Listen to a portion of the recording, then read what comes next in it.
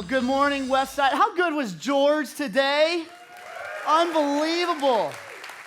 Man, I've known George's heart since we opened Westside. I'm so glad you got to meet him a little bit. He's always back at the back running the lights, humble guy, and stop and say hi to him sometime. Before we get started, I just want to know, is this really sexy picture of me distracting to anyone? Because we can take it down, especially ladies. Is it distracting to... I know what I'm getting my wife for her birthday. I'm getting a print of that right over the bed, maybe. Man, that is good. Well, hey, we're closing out this Spark series today. If you're new around here, I'm the campus pastor here at Westside, and usually we get our messages through the power of video. We call Crossroads multi-site, and so all of our different sites all around the city are on the same message, and we do live music and stuff. But today, as we close out this Spark series, we're going local, which is why we're all live today, so we're going to have some fun together. One of the things I'll tell you about a Spark Talk that's a little bit awkward for the speaker is they told us that the best Spark Talks are all about you. So today might seem a little bit centered around me. You're going to get to know more about me than you probably ever wanted to know.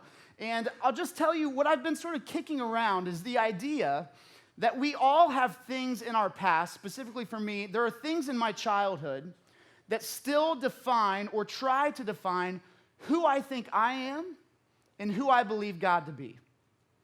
There are things that we all have in our past that are still defining who we are and who we believe God to be. And so I'm going to tell you about that today. So right now, I want you to go on a little field trip with me. In your mind, I want to imagine that you're getting in your car and you're getting on 275 and you're going to head east. I don't care if you go around the top of the Beltway or underneath. You can go east, and when you get to the other side of town, the other side of Cincinnati, I want you to get off at Beachmont Avenue. Get off at Beachmont Avenue and head east. And Beachmont Avenue is going to turn into Ohio Pike. And Ohio Pike's going to turn into State Route 125, and you're going to start to feel like you're not in the city anymore, and you're starting to get in the country. Just keep going. And you're going to come to a place that thousands of people drive every summer. I think it's one of the last pieces of American nostalgia in our city. It's the Starlight Drive-In. Every year, hundreds of people, in their cars, watching back-to-back blockbuster hits under a starlit sky. And if you're at Starlight Drive-In, we need to walk up to the big screen and go behind it. Go behind it into the woods, maybe across a couple barbed wire fences. And you'll find yourself in the middle of Apple Creek Mobile Home Park. That's the trailer park where I grew up. Now, before I go any further, I want to let you know that only as an adult did I really start to realize what was stacked up as sort of the financial hardships of my childhood. As I look back at some memories that I have, I can start to piece them together, and I can start to see how some of these things that I picked up are still with me. But man, if there's one thing that's true, it's that my mom worked her butt off. We never, ever knew totally our situation.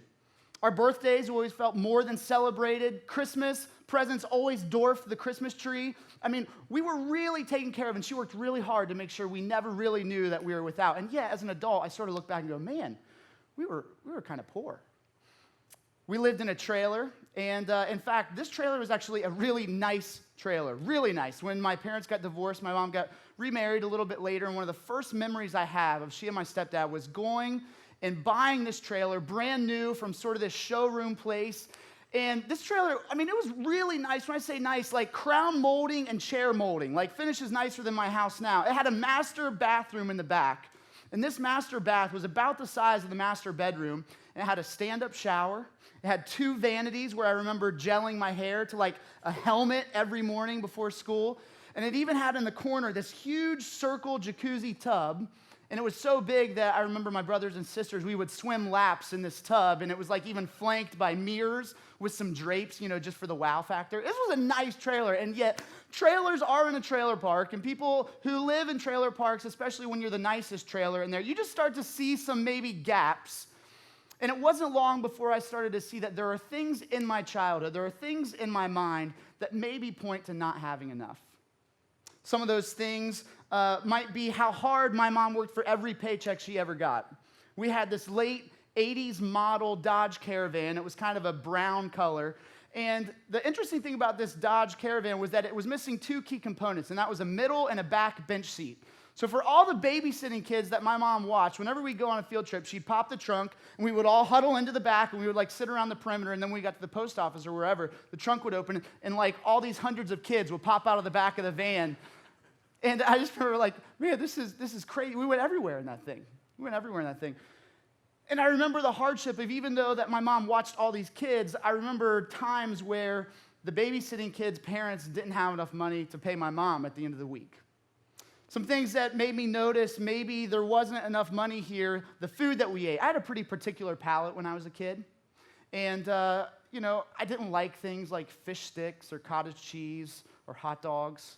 And it really sucks when you don't have a lot of money, because all you eat all the time is fish sticks and cottage cheese and hot dogs.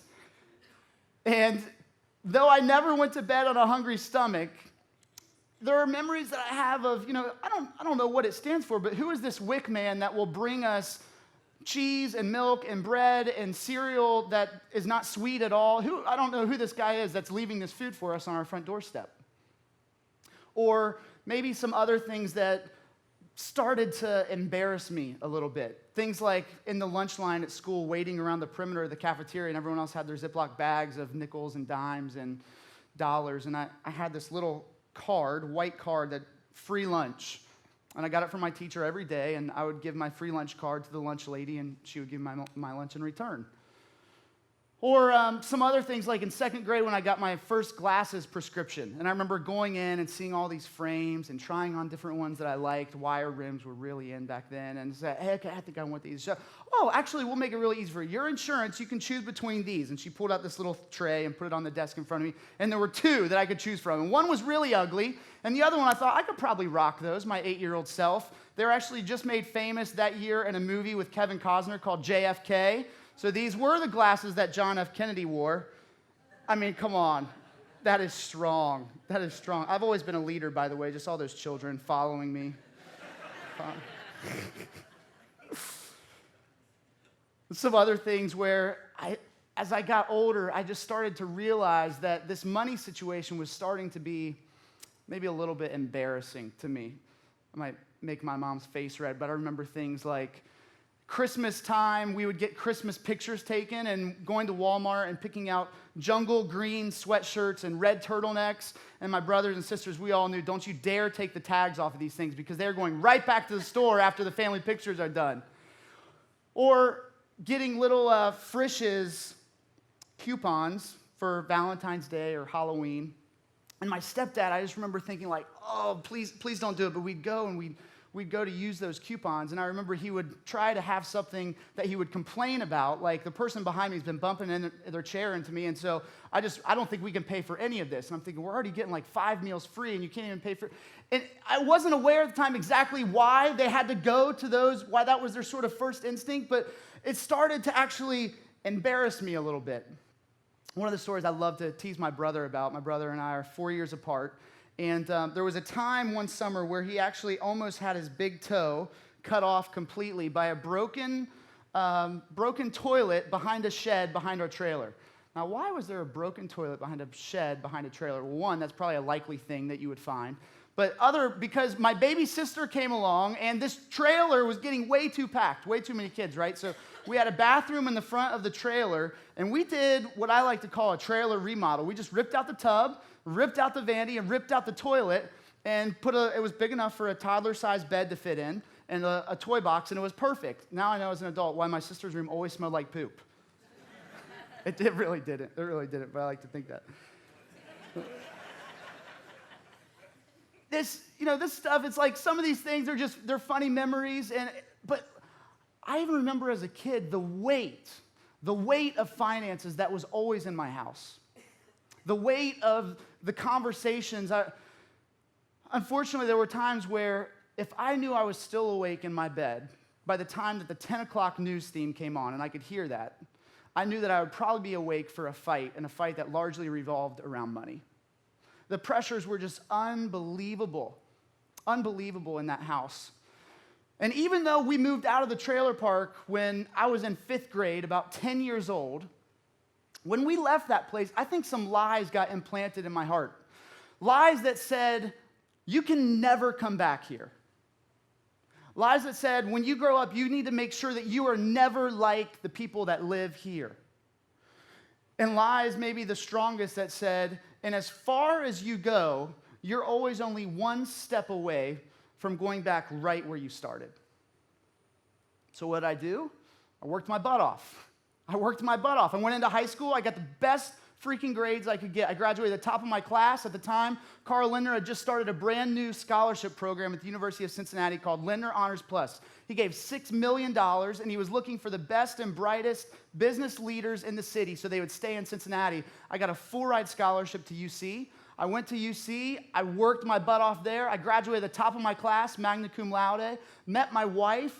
We graduated with jobs that we'd gotten 4 years into a 5-year program, bought a newly rehabbed house in Hyde Park, and we're making more money than we knew what to do with at 22 years old.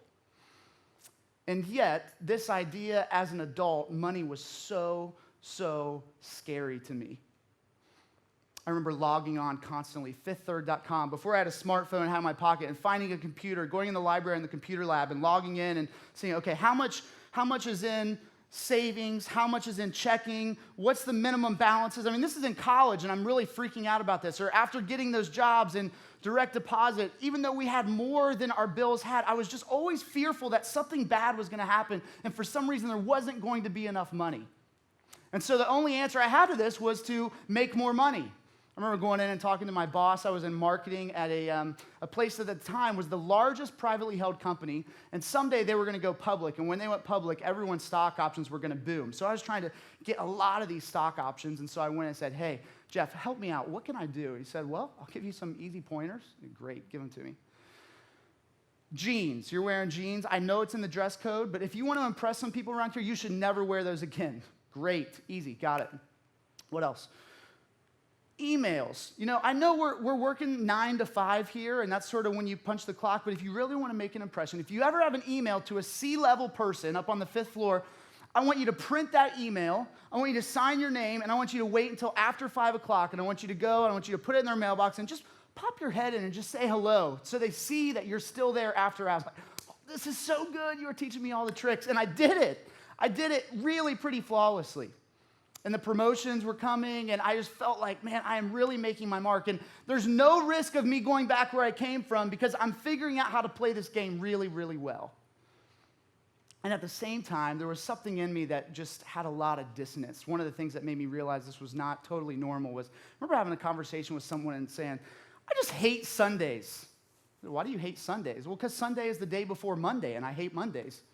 So when you hate Sundays, you're hating like half the weekend. That's really weird. That's kind of weird. Or this little habit that I would do every time the weekend would roll around. If there wasn't something really big to sort of mark the weekend, I had this habit about 8 p.m., 9 p.m. at night on Sunday nights. I would get in the car.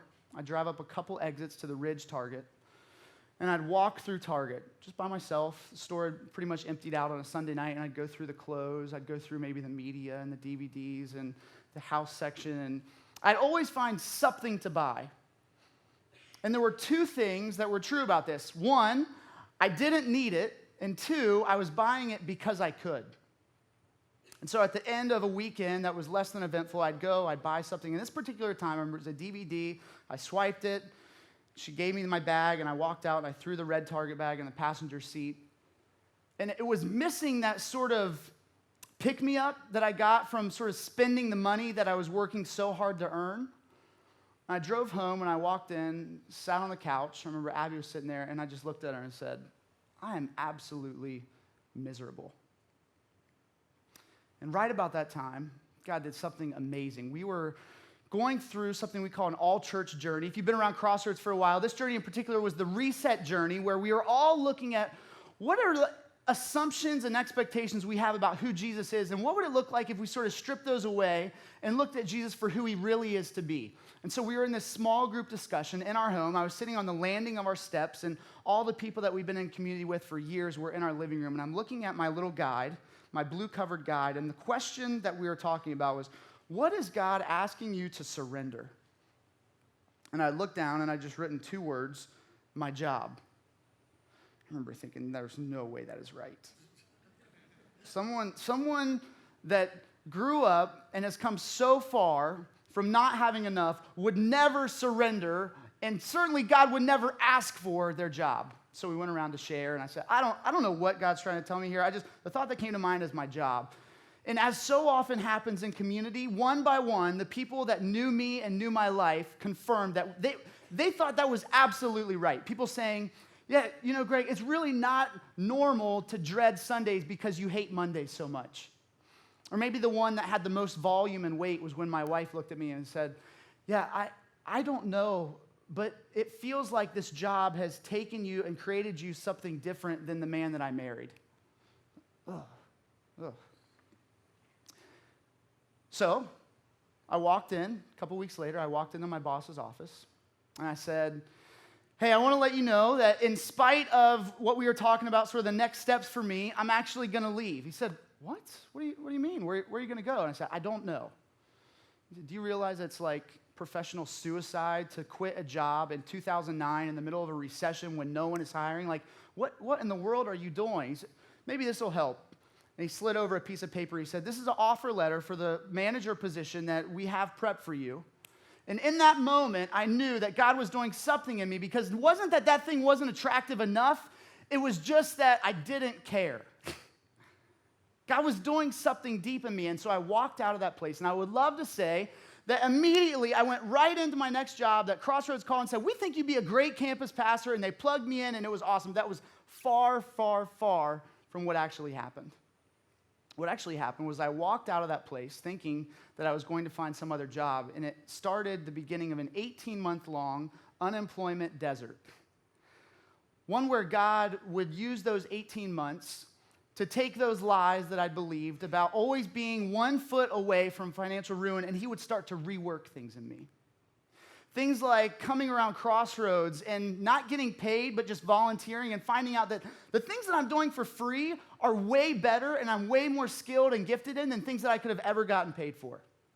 Things like the humility of, for a year and a half, your wife bringing in the only income and every check having her name on it, and every single thing that we ever did really feeling like I was on a string for, is this okay because I'm not really providing right now? And God reminded me, I'm going to provide for you. In fact, in a clear showing of exactly how much he wanted to take me out of those lies, my wife's grandfather started the Mayfield Clinic. It's on 71. And about that time, we got an unexpected inheritance that we never dreamed we would never get any money. Now, it's not a big kind of inheritance, so don't come and ask me for a loan afterwards. But it was enough for 18 months for me to go, oh my goodness, God, you are so good, because it's clear to me that when you said to step out and take this risk, I heard you. I heard you, and I still don't know. I would love to know what's at the end of this tunnel. I didn't even know it was 18 months then. I was like, how long am I going to go on without knowing what's next? But he was doing something in me that was teaching me that no matter what, he's got my back.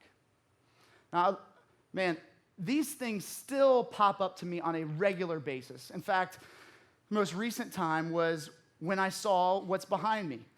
Abby and I were sitting at a restaurant over on Crookshank, Thai Taste. We were the only people in the restaurant, and we knew for Spark that just talk about something interesting. And the example they gave was, for instance, if you were in the Olympics, we would want to know what your walk-up was to being an Olympic athlete, what the training was. And I'm thinking, who do you think you have for speakers? I have nothing in my life that is that interesting, nothing. And so I was thinking, I thought, maybe I could just talk about my story of, God protecting me, and I'll use something really catchy like trailer park statistic. He saved me from being a trailer park statistic. And so I'd sent that in maybe a month ago. We were sitting at Thai Taste, and my phone, I got an email. And the email, for the first time, was a digital ad that was going to be on ESPN, CNN, any websites across Cincinnati that you might be visiting, plugging the Spark series. And it was my headshot with big, bold print that said, Jesus rescued me from poverty. And even though I was the only person, we were the only table in that restaurant, I immediately turned beet red, and I broke out into a cold sweat. I thought, I don't know if I want anyone to know that. I thought, I don't even know if that's true. I mean, does getting a little bit of government assistance and living in a trailer, does that actually mean that you're in poverty? I thought, is my whole family going to potentially see and hear this? Am I throwing them under the bus? Am I going against where I came from? And I'm just starting to freak out. I said, honey, Are you still questioning whether or not God has brought you out of a place of poverty? She began to unpack for me just how it was that God would take someone from a trailer park and how he would still be working today to go over those lies. There's a verse in Romans, it's a new part of the Bible. In chapter 12, it talks about what happens when we give ourselves to Jesus. And in verse 2, it says this really crazy thing happens where we actually have our minds renewed. That by the renewing of our minds, we'll know Jesus better. And I just had this picture of my life as this sort of giant field. And if you've ever been in a field that deer walk through, they're pretty lazy, and they just go through the same paths over and over, and the grass is beaten down. And I had this picture that in my mind, there are paths that have been worn down. And those paths that have been worn down are the ones that the enemy takes me down over and over, the lies that he says, hey, you are only one step away from going right back where you came. And I realized in that moment that, man, Jesus, you still have a long way to go with me. And I'm just going to have to be really, really intentional about giving you these thoughts of this poverty mindset. Poverty mindset that pops up still today, like on an off day, when I feel so much pressure to make everything of this off day because it's like the only off day that I'll ever have again. And my wife has to remind me, hey, you'll get another Friday in about 7 days. Or when she buys something awesome at the grocery, says, hey, I got your favorite snack, and I'll go to the pantry and I'll see it. And it's almost like I think, I don't want to eat that. I want to save that because if I eat it, I might not get it again. It's a poverty mindset. My kids have brought this out, possibly the best, or maybe I'll say worst in me. I don't know if you're anything like us as parents. When our kids get presents, we do what I think most parents would admit. We take two piles and we say, this is the pile you can keep, and this is the pile we're all taking back to the store. And we take those things back to the store. I have this really weird reaction where I just take all the stuff that Emmy got and I put her name on the gift card. I take all the stuff that Liv would get and I put her name on the gift card. And if we're at Target or some store and we're buying, say, diapers, and Abby pulls out a gift card that says Emmy on it, I will cause a scene in the middle of the aisle. No, that's hers. That's her money. Stop. We can't spin that on there because in my memory, I have one memory of where I had to use some birthday money to pay some fees, and I've put on my daughter, I never want her to experience that again. My most awkward and probably embarrassing one happened this year. Emmy was preschool at Three Rivers, Mrs. Fleek's class. We loved her class. And she always uploaded these pictures to a share site. And so I was at work one day, and I'm scrolling through. I wonder if she put any pictures up today. And I see, oh, she did. It's Bengals Day. Who day? It's Bengals Day. And so I see the class picture, and I want you to guess which one is my daughter. It's the one in the purple shirt. And I go, okay, I need to be a good Christian husband here. I need to go home. No, I did not. I was furious. I stormed. What are you doing sending Emmy to school? And you sent her to school in a purple shirt on Bengals Day. Did you see the picture? She was the only one not wearing Bengals. She said, honey, she didn't care. What did you want me to do? I don't know. No, I know exactly what I want you to do. I want you to go to every store on the west side until you found an extra small Bengals shirt. I want you to put it on her. I want you to put her on the bus like that. So I think you're overreacting. So, all right. Maybe you're right. Until the next day when Mrs. Fleek uploaded more pictures of the day before when we were presenting family projects of our turkey leaf. And I saw Emmy presenting her turkey leaf, and then I read the whiteboard behind. Are you wearing anything Bengals? 13 smiley face names and one no with a frown face that says Emmy. Are you kidding me? Are you kidding? Sure enough, she's there. She's singled out. The kids probably got around her and pointed at her and laughed at her and called her poor and told her that she would never have enough and that when she grew up, she would probably live in a trailer park. That's what they did to her that day. Of course they didn't. Of course they didn't. Man, I could list all of the different things all over again of how good God has been to us and how much he has told us that no matter what, he's a God of abundance. How he took a kid out of a trailer park and how he never let that define who he was and how he always gave him enough wind in his sails to go further. How without any college fund, he funded a 5-year top-class college education. How he provided at the last minute for 18 long months, just enough, if not even more than we ever needed, so that he could teach me exactly who he says that I am. Look, I don't know where you came from. I don't know whether you came from a poverty place or a place where everything was given to you on a silver platter, but I know this. There are things in your past that are still defining today who you think you are and who you believe God to be. I moved out of the trailer park when I was 10 years old. And yet every single day, Jesus is still rescuing me from poverty. I'd ask Austin to do that song at the top about Good, Good Father, because we haven't done it for a while, and Crossroads sort of does this thing where we do a good song too much, and then so we just sort of put it away. So I feel like that would be a great way to end today. I feel like it'd be really good for no matter where we're at to believe that God actually has good things for us, and maybe more importantly, that they will never run out. So I don't know what it is for you. Maybe you're still wearing an identity that you're not lovable. Maybe you're wearing an identity that you're only one step away from financial ruin. Maybe you're wearing an identity that you're going to be forever single and alone. I don't know what it is, but I'll tell you that it's a lie. John 10:10 in the Bible says, the thief comes to steal and kill and destroy. It's talking about the devil, but it says Jesus. He says, I've come that you might have life and that you might have it to the full. Some translations say, I've come that you might have life and you would have it abundantly. So God, I'm just asking right now that you would make it so believable to the folks in this room that you are a good dad. And that even though the enemy would whisper lies to us, that even though he might tell us that we're only one step away from where you've brought us, that we know it's not true. That you're a good dad who loves us and wants to give good gifts to us. It's in your name I pray, Jesus. Amen.